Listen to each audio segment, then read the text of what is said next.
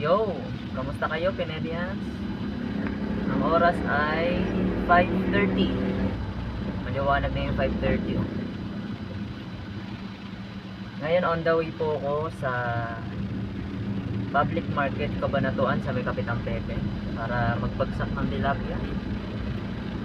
Galing ako ng Magallanes, Cebu, yung papuntang Bangan. Yan, sa mga nagtatanong. Hindi lang puro rolling ang ginagawa ko. Siyempre puro bagsak-bagsak din. Pero kung totoo siya, mas malaki yung kinikita natin sa pagro-rolling kumpara mo sa pagbabagsak. Kasi yung pagbabagsak, talagang ibabagsak mo yung presyo. Kaya sa mga nagsasabi dyan, ang laki ng kinikita ko. Pwedeng tama, pwedeng minsan mali.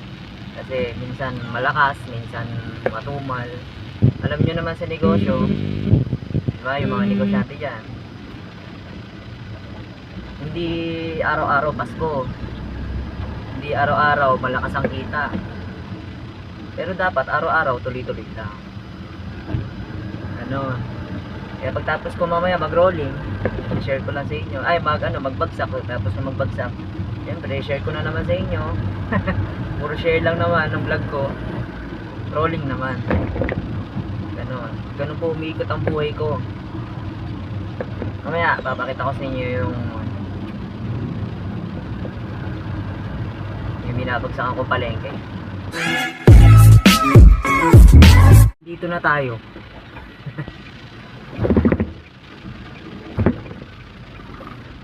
Alright, public market Cabanatuan, Kapitang Pepe.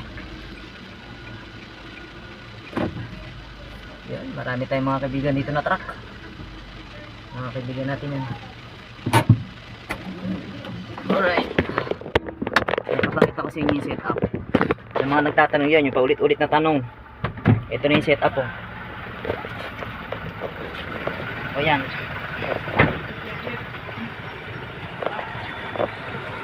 Oh, pwede na yung parada na yan. O yan yung setup. Ito yung winelding ko, tapos ito sa loob. Yan. Tapos ito yung isda.